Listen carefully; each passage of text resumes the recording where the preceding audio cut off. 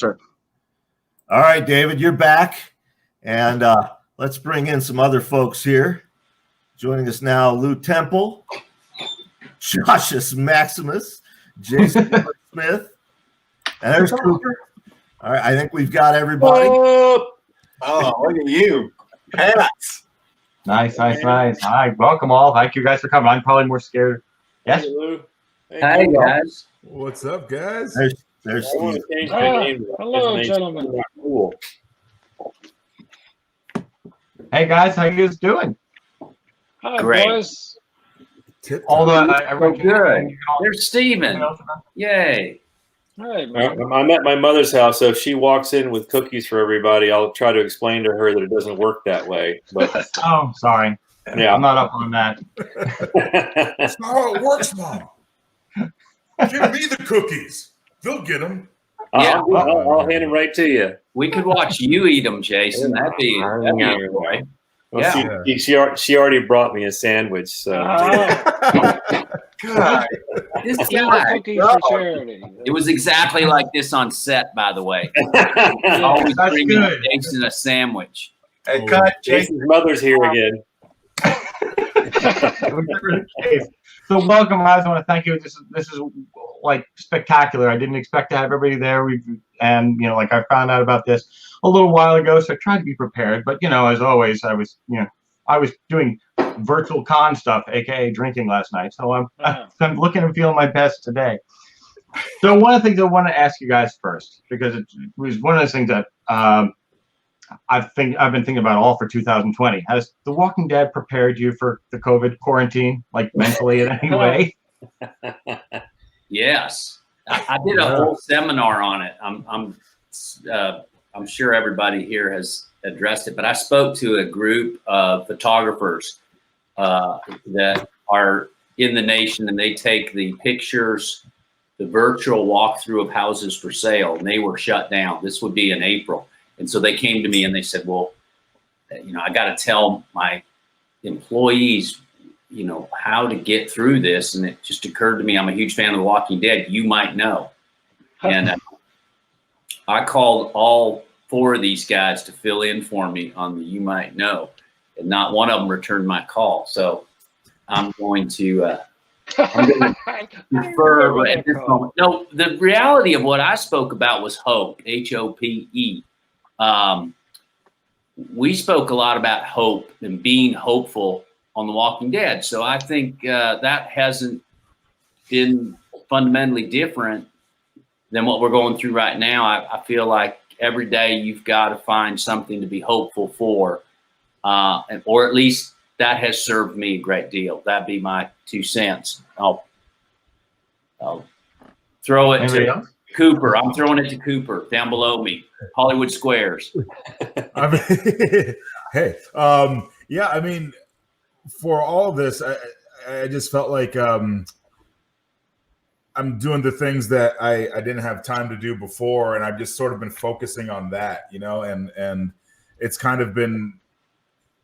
I've always been kind of like able to accept the fact that, all right, well, I'm not gonna be able to do this now. I'm in a different part of town, or I'm away. I'm gonna have to try doing something differently. And to me, this is obviously this is odd for everybody, but it's just been letting me just sort of get deeper and deeper. I haven't had my phone for the last 6 weeks. I've gotten rid of my phone. I don't even so. No wonder you didn't call me back. Yeah, I got rid of my phone too, Lou. Oh, Totally got rid of it. I got rid of my I go to pants. emails now. Oh yeah, those are This gone. is my mom's TRS-64 we're on right now. So You're on a trash 80? yeah, it's 80. Yeah. Josh, what about you, man? I got rid of my pants. So that happened a long time ago. yeah, that's true. Don't blame it One on thing this. about what Lou said about hope, to be devil's advocate on the show, if you talked about hope, you knew you had about 5 weeks to live. I remember I had a monologue where I was talking about I was optimistic and I went, oh, that's it. I've got a bullseye on my head now. So hopefully this does not parallel the television program. A lot of truth to that, Stephen. Yeah, the minute you start feeling good in your you're getting shot off your horse. Okay. Now, I have to. There's a second part of this. What is your favorite COVID meal? Like your go-to? I don't feel like you're like this is something I want to eat. I realize it's cookies and sandwiches for Jay. For me, it's a Pancho and Lefty bowl from Recess over at Krog Street Market. That's the one I'll go to. Okay. It's Very quite specific. tasty, and it's good for you. It ain't cheap, but it's good. I've been doing a lot Robin's of been making. grilled pork butts. Ooh, Yeah. yeah. Grilled smoked Applewood smoked pork butts on my charcoal grill. And it's the fattest. I'm mowing what you're growing. I'm doing a lot of ribeyes on the charcoal grill and corn, maize. You know, where you just burn it right there on the fire. Nice. That's awesome. We have this. I'm sorry. I wanted to talk about Korean barbecue. So I miss the Korean barbecue.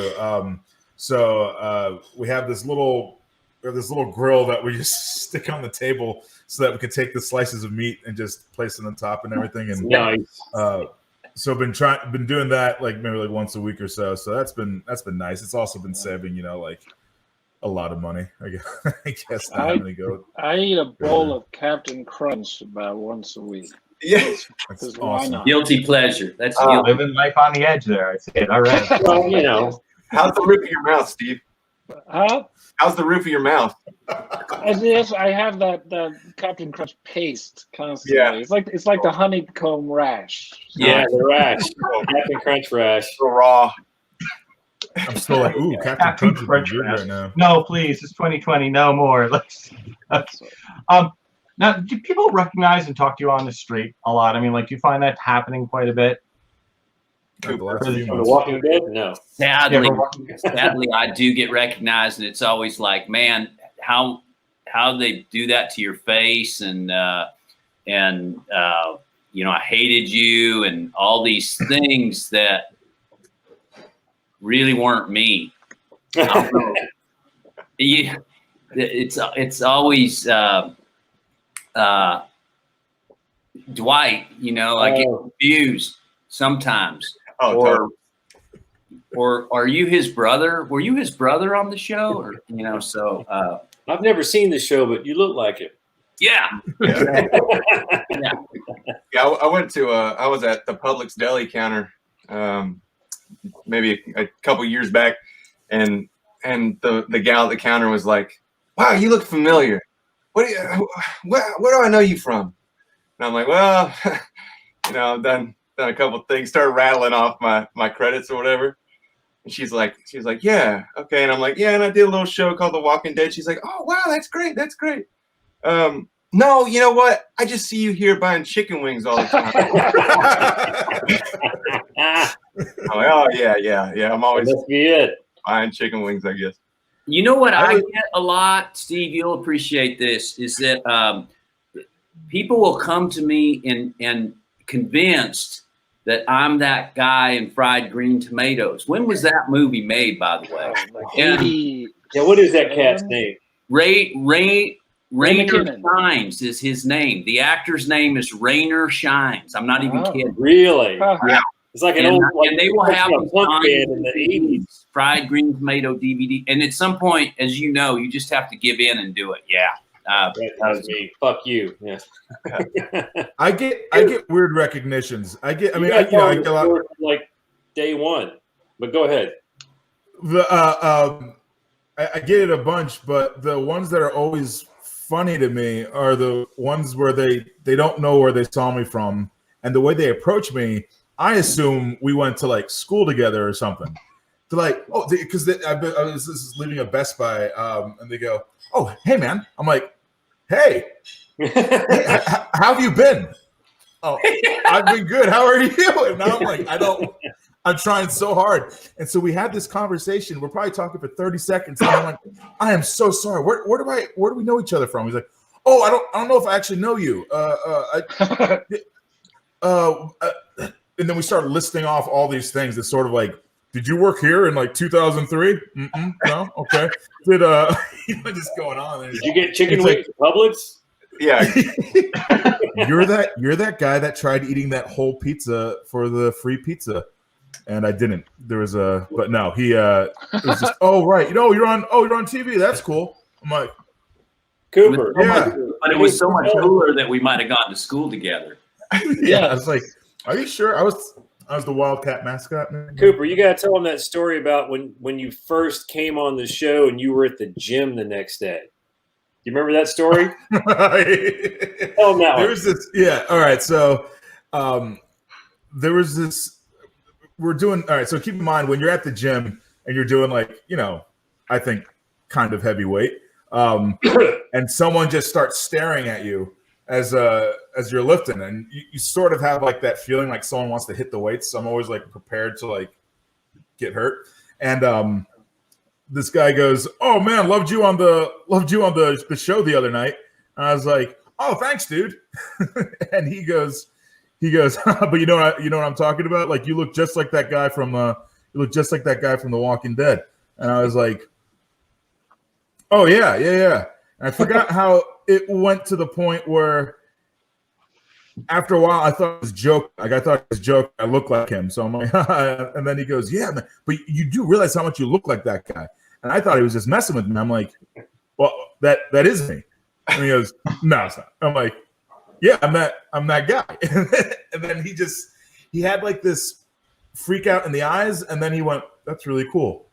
And then it was kind of I was like, "Thanks." Like, I hate bringing it up. What do you do? I was like, "I'm an actor." Yeah. So he was willing to come up to you as a stranger, but not as a celebrity. He just came up to like compliment me as a joke for the work, thinking I didn't do the work, thinking I just looked like the guy that was on there. So I remember that cracking me up. But then, again, way more cool if you weren't really him. It would have worked. I do tell that to people. Yeah, I do tell that to people sometimes when they say, you look like that guy. You look like that guy, and I'm like, oh, I get that all the time. Like that actor dude, and they're like, yeah. I'm like, yeah, God, yeah. Brad and Mikel, and then I'll leave it at that. Such a good actor. I think that was him. So handsome. So handsome. So good. Ooh. Okay, question from the panel. Were you fans of the comic before the show came out? Yes. I was a fan of the show, but not the No. I was watching the show. I wasn't. I've never. Actually, I mean, I've looked at a few copies of some stuff online, pirated copies online of the comic books, but not much. Was there a reason to not do it? Were you afraid it was going to affect your character development? No, it's just not my bag. Nice. Oh, look at Joshua. The opposite of Jeff. Well, Josh wins. So you obviously read all the comics. That's how they paid him. So he's got stacks of those things. Lou. So you're gonna have to give you at least one. That's how they paid all of us. All right. Yeah. Okay. I remember. Yeah. I read some of it after I got the role, but my role in the comics was a woman. They juxtaposed it for the show, and I should have paid attention because in the comic, my character dies. I think her name's Regina in the comics, and I should have paid attention because I thought I was going to be on for a couple seasons. And I was like, if you read the comic, that's what they tell you. Yeah. Yes. So. They just replaced you with the real woman. You haven't been watching since then? He finally got done with West Wing, and she was available.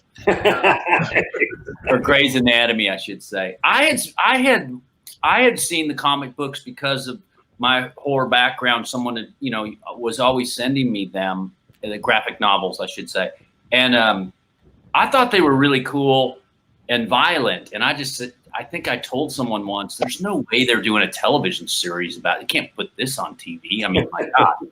Next cut to Jerry. So I was kind of blown away they were actually pulling it off. But yeah, I'd seen it. Now, I actually just have a question. When you guys get like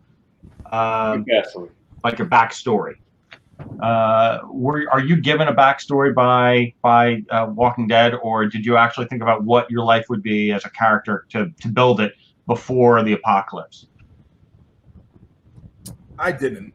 My character, I always felt, was so in the moment that, you know, whatever he was beforehand, it just didn't matter to him. And it also, performance-wise, I don't like giving myself that kind of rule of especially on a show like this where it's like we can be anything now.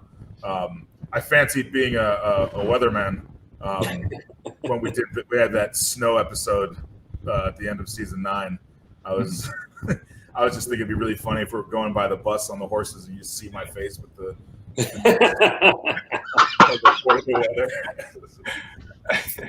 but not much other than that.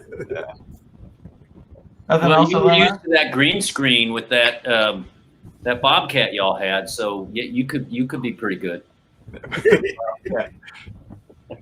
Okay, so there is a question. Can you pop that one back up again? You enjoy reading or watching all the other post-apocalyptic book shows and movies? If so, what are some of your favorites? Cormac McCarthy's The Road. Yeah. That's rough, man. That is a rough show to watch. I used to until life started imitating art. I had loved A Quiet Place.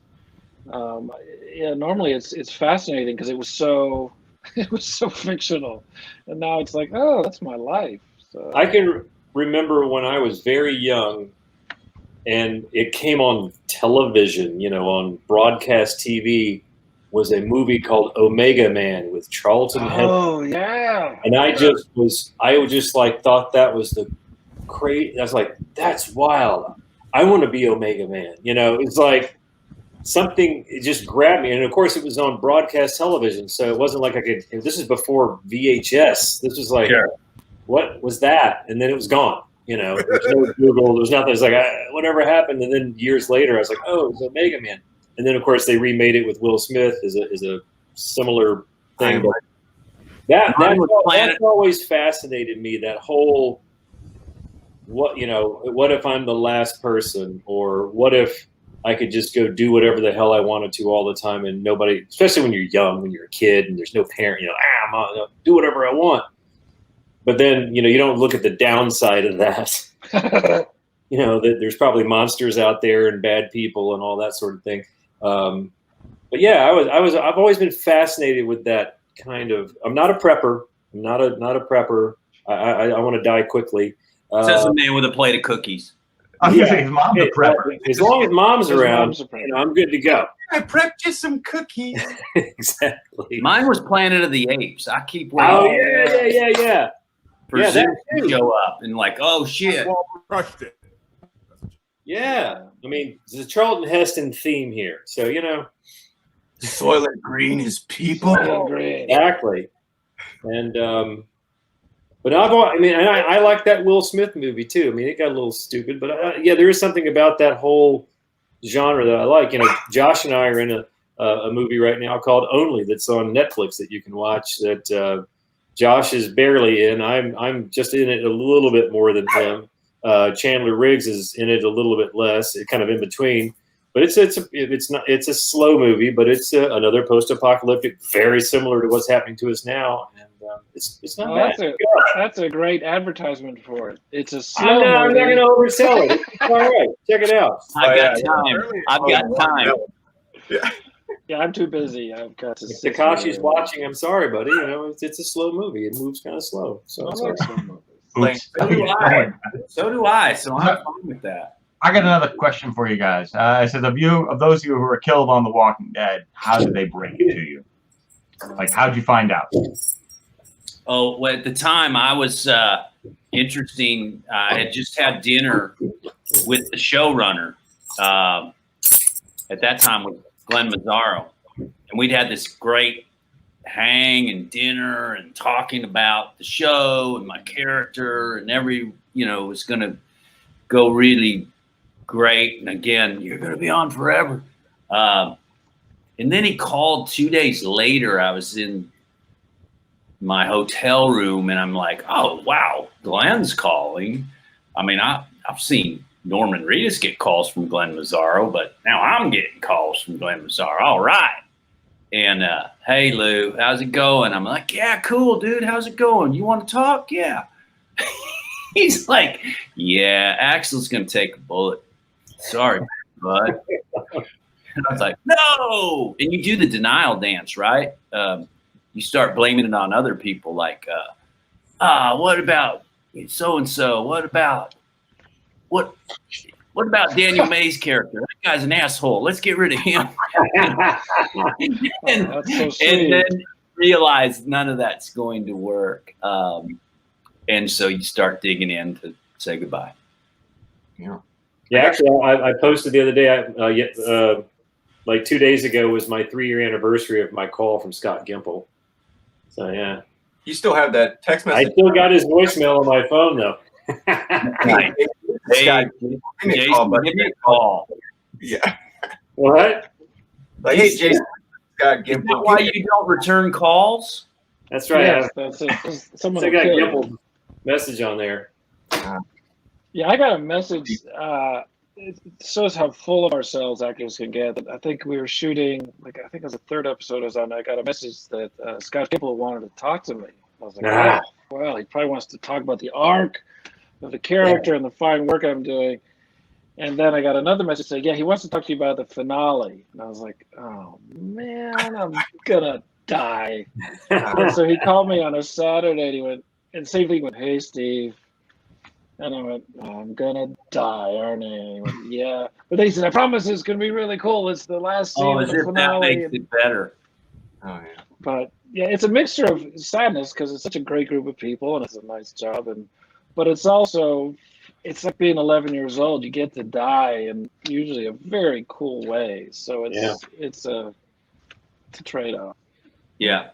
Yeah, Jayson, I had heard from Jayson that Scott, he had gotten the call or whatever, and we talked for a while about that, and I was like, man, he had mentioned avoiding all Los Angeles area code numbers. And I was thinking the same thing, like, yeah, if I just don't pick it up, they can't tell me, they can't break it for me, they'll feel so bad. Not the case. I called him back. He had the same thing. Josh, you're gonna die. Thanks for your work. Never talk. You know, it's funny because like I had text or email exchanges with him. Jayson was talking to him about his character, to Scott about his character. He's like, yeah, man, I'm back and forth with Scott, and he's telling me things about my character, and I'm like, holy shit, you can do that? So I got his email, and I wrote him an email at one point, being like, hey, man, is there any kind of like redeeming qualities about Jared? Is there anything that I should know that maybe at some point he'll join Hilltop, like make his way in? Should I leave any kind of question of that?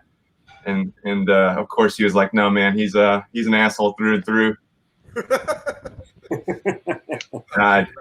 I'll be calling you next week. Yeah. Yeah, but I made it at 8:13, and I was like, oh boy, this far. All right. Well, they didn't know that because it wasn't rock solid that Axel was going down. The governor was going to show up, and they needed to take some, collateral damage, or he'd be impotent, right? So they were like back and forth, and then bless him, Andy Lincoln went to bat for me. He goes, let's keep Axel on the team for a while. So then it got too late because they were actually talking to me, Glenn, about some people that were on the list. And there were some series regulars, the same ones who were coming up and going, man, dude, I'm so sorry to hear. And I'm like, you have no idea how close it was being you. And so Greg Nicotero couldn't do a live cast. He didn't have time to do a live cast of me for the shot. And oddly enough, as you guys know, he's done enough on the show. He's got a live cast of himself. And he and I have a similar sort of facial structure. Mm-hmm. And he used his live cast and molded and built Axel from his face, which was amazing. So that was actually Nicotero getting shot up with Carol down there. Oh. Yeah. That's behind the scenes stuff. Don't tell anyone, all right? Okay, we got a question here. What's the funniest part of the shoot? How unepic everything feels like when we're doing it, and then somehow when it's rolling, it's like, oh, that came out looking good. Like, I just feel like there's so many times where my armor would be falling off while we're fighting, or like my axe on my back would like start swinging around, and we just looked completely like all the Kingdomers. We looked like completely like messed up. When all we did was walk, So I was just crack up like, we are here, and it's like, excuse me, my little league. Okay, now we are ready. And it's this just how people just stubbing a toe, watching Melissa. I think I've seen her fall over at least 4 or 5 times now over the last 4 years. Like, just no reason. It's not like she got pushed; she would just fall over. Well, she's drunk most of the time. Yeah. So sad. Yeah, it's always Yeah. but she always tip over. I've seen her fall on the railroad when we did the snow. I watched her slide down, and she's never hurt. She's just always like, "Did anyone see that?" I'm like, "Everyone saw that." And this is your cover. Hey, Cooper, where'd y'all shoot the snow stuff? We did that in for all the actual like snow that we saw indoor, or like when it was dark, was at the Screen Gems. Oh, okay. So it was all just movie magic. Stage. Yeah, but then Oh, wow. when we're riding the horses and stuff like that, they just had machines, and they were just. I'll be darned. Cool. Fooled me. The horses didn't like it because it wasn't snow. It's like a soapy kind of thing. So Yeah. trying to get the horse, trying to do dialogue where we have to like keep this distance from each other, and then when they see the snow, the horses are like, "That's all right, guys." There's a lot of, again, it's just so unepic, which is what cracks me up sometimes. When I was on the show, all roads led to the sheriff. There weren't other storylines per se. So, and it was that season that Andy was doing his King Lear, and it was a lot of work, and so we would mess with him quite a bit. Sometimes we'd wear sombreros we'd roll in the prison with sombreros or masks. We had president's masks, like Point Break one time, and Dead Presidents. And so we would pull some hijinks, and sometimes Andy would laugh, but a lot of times he wouldn't. But we liked it. It was fun. Of course, none of us lasted on the show, by the way, except for the ringleader, Norman Reedus. Yeah. Now, did any of you guys play zombies before you were characters on the show? Did you actually do any zombie work? All right, so Luke, there, 2, 3. No, Nice. I'm pointing at Josh. Oh, sorry. I did a movie called Trailer Park of Terror, and it's just what it sounds like. And it's a trailer park of zombies, and they just get pissed at the UPS man for leaving packages in the wrong door, or pissed at the utility guy, and they eat them. And it's just life at a trailer park, and they just eat whatever shows up. And they're pissed. You can find that on That was on Somebody Luke. watch this. Watching this, Google it. But it's actually, I did it because I kept running into Ron Perlman at the grocery store, and I kept saying, because he was doing that Hellboy, and I would ask him, so how is it in prosthetics? And he would kind of grumble, to be honest. And so I wanted to give it a try, and it's full prosthetics, and it's a task. Yeah. I was a walker in the season 2 finale when the walkers break into the farm, bust through the fence. I had my roommate at the time was a costume was a costumer on the show, and she posted something about a rush call down to Sonoya. I ended up driving down there and doing the dang thing because I wanted to be on the show. I wanted to get that close. It was an amazing experience too, just to see. Because at the time, Greg was I think Greg directed the episode, and the season 2, the height of its fandom, or it was the upward trajectory was just crazy folks were losing their minds about it and what it was doing to Georgia and film here.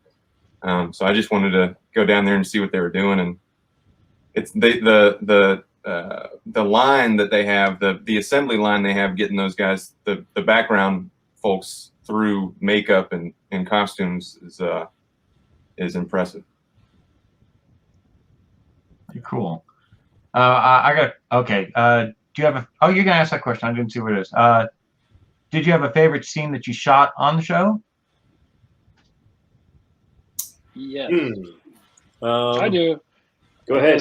The scene with Noah that we did in the gazebo, where I'm. Oh yeah. But again, it was one of those scenes where it's a lot about hope. So I knew that he was doomed, and that I was probably doomed as well, like I said earlier. But yeah, it was just a nice, quiet scene, just quiet dialogue, mentoring him, and he's such a wonderful actor. And Jennifer Lynch was the director, David Lynch's daughter. And going back to it wasn't funny, but even though it was a really serious scene, before we would roll, the camera would roll, and she'd go, "Have fun," and action. She always had to remind us that we're not doing, laser brain surgery, that we're playing pretend and have fun with it. Yeah. So that's my favorite. Mine was when Josh shot Benjamin 713. When the cantaloupe thing, Cooper was there, of course. That was the coolest fucking day ever. That was a great day. Yeah, I mean, the thing that was crazy is I had like freaking 10 pages of dialogue, and I got the script in 36 hours before shoot time, and I was in total panic mode for a complete day and a half. But by the time we got there, everybody was helping out, and Kari and I had gotten together and worked on it, and it went great. It was a great day, and it was just like, it was like a machine. We just moved from part to part to part to part to part. And then the next day, the follow-up when he's dead. I mean, those are the best 2 days of shooting on that show for me. Even though it was fun to get chased by Lenny and die and all that stuff, that was like the pinnacle for me, was that day. That was a lot of fun. Those days were so much fun because we had our groups together and not everyone was dead yet. But that particular was Yom Kippur, and I just remember I was on, it was hot, and I was fasting, so I don't do food, water and I just remember thinking I had to keep carrying Benjamin and lifted him, and Carl McKinnon, who that played Richard, he was like, "If you don't eat food in the next hour, I'm gonna shove some in your face." He's so weird. He's like, "I don't want to see it." I'm just like, "We got this. We're good. Let's just keep it." I didn't know that. So I was so grateful. That you had all the dialogue that day, because I was just like so hot, so hungry. Yeah.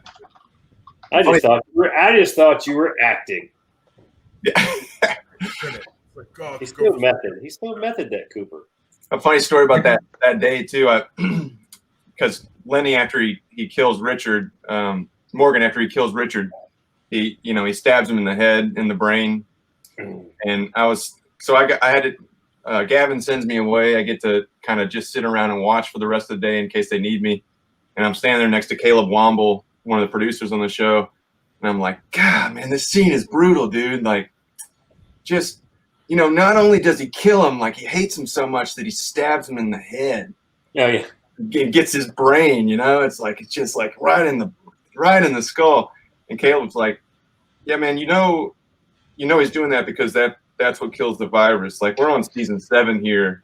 Like, you have seen the show before. You did read the comic books. Yeah, exactly. Haven't read the comics, haven't forgotten completely about it, because I read it around when it came out. And then, having not had the time to really refresh completely on the show, I'm like, okay, well, my time here is limited after. Do you remember when we did that lineup when it was Kingdom versus Saviors there? I remember seeing some of our background like holding the gun up to us and then just shaking. Yeah. So heavy. And we're all like Heavy guns. Yeah. We committed to like arms all the way out. Like we committed to this angle and then Should have done this. It's hard to hold a Desert Eagle for all day just out in front of you. just cuddle it and bring it in. Right here, Easy now. I got you. T-Rex shot. I'm looking right at you. You always hold the gun right up to your eye. You can see better that way. Yeah. Yeah. I hold the pistol. What about you, Steve? Oh, we already told us. Yeah, mine would probably be you got the short hair to Carol. There must be a lesbian. Yeah.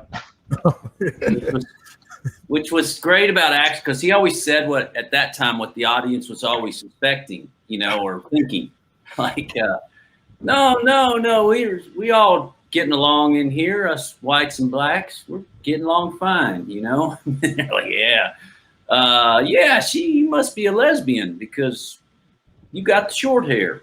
That was a lot of fun, and we were supposed to shoot it not that day actually, and that what's his name, Billy was directing, and he pushed it. He goes, hey, we got about another half hour, let's do that scene, and Melissa and I are like, no, we don't want to do that scene, and he did it anyway, and it was perfect because we didn't have any time to make it a meal out of it. You know how you do, Steve? So we kind of rushed it, and what was so great was Melissa's reaction, as is always great to everything. She makes scenes better with her reactions for sure, and that was fun for me, I thought.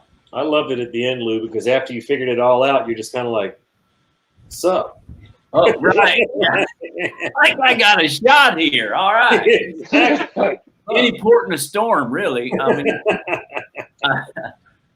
and logic, well, so-and-so's with so-and-so, and you're a lesbian, and I'm just trying to get mine when the getting's good, and so, oh, you're not a lesbian. My, this is interesting. No, it's not. Yeah. But she's like, but I think I may become one now. Yeah, for sure. Yeah. Cooper, I got there's somebody's asking a question. It's like, since Jerry isn't in the comics, what were their plans to play him when you were hired? Well, before I was hired, the audition was me giving out a few different versions. They wanted it to be like Zen-like or super like, hey, what's up, and I don't know quite what the plan was with Jerry. It was just, for me, being such a fan of the show, trying to kind of find a comedy that worked for it within it is always difficult. And so I think we just sort of like rolled with it, just sort of see how it happened. And I think when in my first episode, our first episode, Josh and Jayson, we when I was doing that throne room scene, and it's me, Kari, and Melissa, and Lenny, and I sort of made the pun out of the well said, it's like, take from the well, give to the well, or replenish the well, take from the well, replenish the well.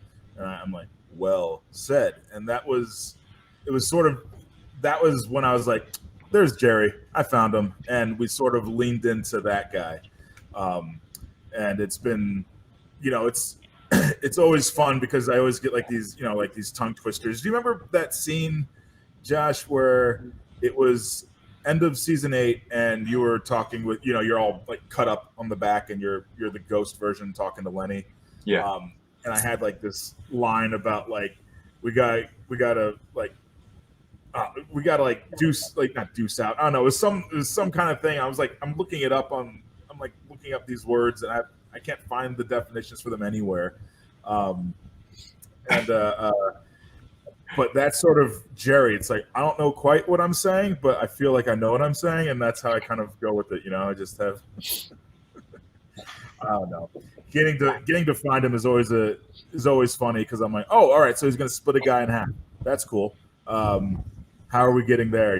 Or It's like, hey guys, we need to get this projector bulb. This is the most important thing. We need to watch movies. I can't listen to Ezekiel do one-act plays anymore. Enough. And just sort of discovering how he keeps, how Jerry's like just rolls with it, and everything is always fun for me. So yeah. Now, for the guys who played the Saviors, did you see yourselves, your characters as good guys? I mean, or were they, like mean-spirited? Josh, I mean, like yours seemed more mean-spirited, and other people seemed less willing to be that way. Did they think that they were doing the right one? What was your motivation for that? Yeah, I think for Jared, he was someone who was. I think so, the apocalypse had brought out some sort of sociopathic tendencies in himself. I think he was probably already a self-concerned person, and once that happened, I think he just kind of landed on the door. To use a Titanic reference, landed on the door closest to him, being the Saviors. So I don't think I didn't have much care for everyone else's life, and I think I was doing whatever it was to survive. And I think that's everyone's MO in this thing, but some, it's just different ways of going about it. And his was, survive at all costs at the expense of everyone else. For Gavin, real quick, I mean, yeah, he was just wherever, as Lou said a minute ago, any port in a storm, and he found one and went in. And so as far as good guys versus bad guys, whenever people start talking about, the Saviors being bad guys, I'm like, no, we're the Saviors. We're here to save people. We just happen to have a psychopath as our leader, but other than that, we're good people, And it's a joke because we are the villains. But if you really, really, really, really look at Rick and his crew and what they've done and all that, it's not really. There's no good guys. It's just they're not as weird about it as the Saviors. So. Yes, I mean, I never thought of myself as a villain. As an actor, you always, you have to defend your character to the end of the world, even if they are terrible people. So I was, of course, I have to admit, with the Kingdom, they were laughable. It was just like, these guys are. I mean, how are they still alive? These guys are loony. You got swords and horses and axes and this actor asshole and well, come on, yeah, just bring me the stuff, whatever. It's just They were like this. They were like Mr. Rogers' Neighborhood for Gavin. It's like, I'm just going to keep this safe over here and not let anybody know that y'all are here because you're covering my nut and you're entertaining. That was pretty much my go-to with those guys. It's amazing you mention that too. I've never once. It just occurred to me, and I never considered how fucking ridiculous meeting Ezekiel probably was. Yeah, he's like, sure, buddy. That, stuff. Why didn't I process that? I'm like, who the fuck is this guy? Like, what is garbage? Whatever works for you, bud. But I always want to deal with him. Be your best self. Cooper, we can't hear you, buddy. We can't hear you, Cooper. Check 1, 2. Hey. There you are. Yeah. I've always wanted to hear the two of you get the job detail. It's like, hey, guys, I need you to go and check out this community. And the two of you are like, what? Like, Jayson goes first, Gavin goes first. And then he's like, all right, these guys are a little different. And then Josh is like, I got to see this. I got to see these guys. Yeah. Wait, what? And he's got a what? Yeah. Hey, did Gavin and Jared? I mean, did they get up? Did they like each other? Oh, hell no. No, right? I mean, it didn't seem like it would be no honor between thieves, right? Well, I think now this is Jayson's opinion on Gavin is that Jared absolutely adored Gavin, but I couldn't stand him. Yeah, I think I'm your best friend. You're not my best friend. Yeah. Right. Yeah, really, I didn't understand how I survived as long as I did. But you cause enough trouble in a world where you become a liability. It's I'm amazed that I love that I died at Morgan's hands. But I'm it was good trouble. You caused good trouble. Yeah. Well, Well, speaking of that, I mean, if your characters had not gotten that infamous phone call, if your characters had survived, where do you think that each of these characters would be today in regards to this series itself? Probably with the Ezekiel for Yeah, sure. well, Who wouldn't want to be in Mr. Rogers' neighborhood? yeah, exactly.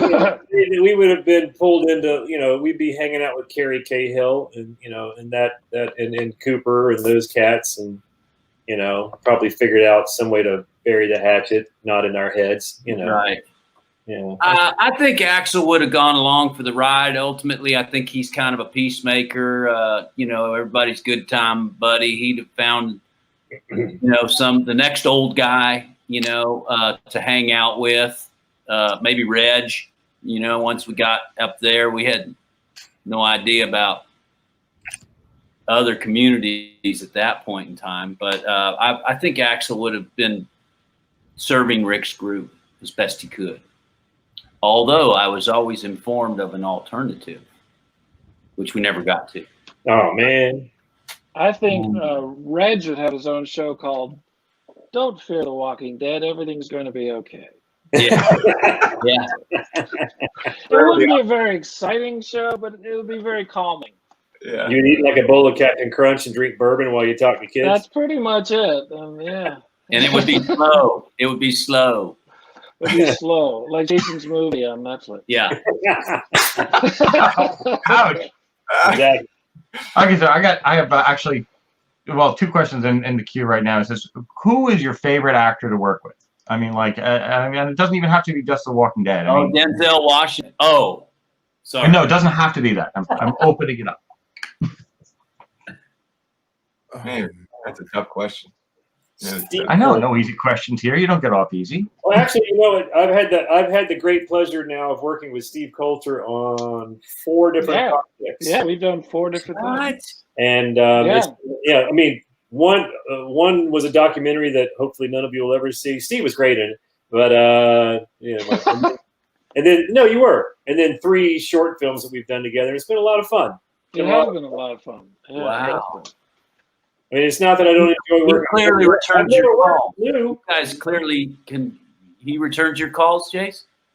Yeah. Lou Temple. Who's this Lou fellow? Lou, I'm reading your script tomorrow, brother. Okay. I know it. Thank you. Here.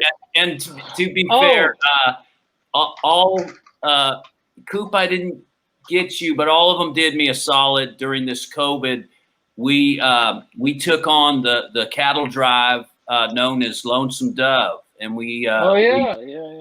and everybody threw in as a hand and read some chapters for me on YouTube. That's out there for free for everybody, and it was great, and I'm so grateful.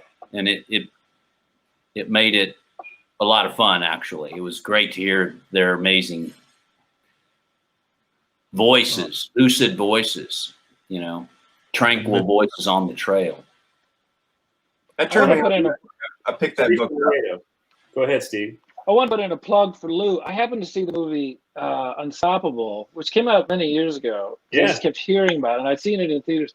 When I saw it the first time, I didn't know. And Lou is very prominently featured. He plays a great character. And if you haven't seen it or Lou's performance in it, it is, especially now when we have time, it's a great movie. Oh, thank you. That was a great experience. Really yeah. And Iron Orchard is on something right now. Iron Orchard. I got this little crazy thing, which is, look, you didn't ask us to pitch. You asked us about other actors, and of course, what are we going to do? Have 5 actors right here. Talk about ourselves. I mean, that's what that question said to me. Oh, you want me to talk about myself? Okay. Man, there's so many cool guys. I think a better question: who's your least favorite to work with? Bruce Willis. I've done 4 things with Jayson Smith, and that's enough. That's more than enough. Oh God, unrequited love. That happened to me a couple of years ago. I had a 10-year-old it was like fistful of Jasons. I had a whole bunch of Jason Voorhees, and a 10-year-old, I gave him the microphone, and he said, "Which movie of the Jasons do you hate the most?" And literally they all kind of went at each Oh other. my god! It must have been a brutal fight. I was like, I'm going to lose control of this. This is going to happen pretty quick. All Jasons fight each other. Okay, so I have a question for you. It's multiple choice. It said, if there was an actual zombie apocalypse hit today, would you survive days, weeks, months, or years? Days. Dead. I'm so dead. Yeah, days. I got a sword. I got a few swords. I have a bullfighting sword. I might last a couple months. So. Well, I got plenty of weapons. I wouldn't want to hang around. I'd probably take the gun and go. Oof. I think you asking our characters or No, yourselves. I feel like I could talk my way out of it. Hey, zombie. I'd last a few days. I for sure would last a few days. Yeah, there you go, days. Zombies got to know me. I don't think they'd eat me. If they really got to know me, I think they'd be like, let's let them go. Jayson, I think we can outrun these zombies. I only got to outrun you, Lou. You don't want these brains. You don't want Lou's brains. No. Okay. Now, Steve, you've played a lot of different characters. Looking at IMDb, and I've seen you in other stuff, and usually they're pretty heavy, dark characters like Elijah from Banshees, or Time to Kill, and Reg is so kind-hearted and kind of mellow and laid back. How is it like playing a role that's uncommon? That's really a great question. Yeah, because it's true. Usually you do play characters that are all fraught and dark, and it was actually enjoyable to get in character. I just had to be calm and especially on the set, when you come to that show, which you've been a fan of, you're very nervous. But played a character who was very confident and optimistic. It was odd, but it was a nice change. So it was like a little vacation from angst. So. My life. I didn't know you worked Time to Kill, Steve. That's a story for an entire podcast. I will tell you that story, and it will make you cry. Yes, burn in hell. I want to cry. I do too. Well, I'll get together and I'll make you cry. Oh, I want to cry too. I'll pull a nose hair. Hey, a friend of mine was directing Chris Christopherson and in a movie, Civil War piece, and Mr. Christopherson says, "Do you mind if I get a little emotional in this scene?" And the director's like, "Yeah, no problem." So he goes over and he sticks his head in the fire so a bunch of the smoke can blur up his eyes, and he starts crying. There you go. Whatever works, man. Easy. Well, I'm going to get a little emotional right now. I want to thank you, gentlemen. In the 50 minutes that you've been on, our goal for today for these three families was $10,000. We are now, thanks to the Walking Dead crew, up to $8,219. That's fantastic. Thank you. Walking Dead. Yeah. Keep going, guys. It's fantastic. Well done, Brian. Guys, we really, really appreciate y'all taking time with us today. David, we will see you back here at 5 o'clock with Emmy Award winner Pruitt Taylor Vince and perhaps a special surprise guest as well. Woohoo! More stress for me. Okay, that's good. All right, gentlemen, thank you very much.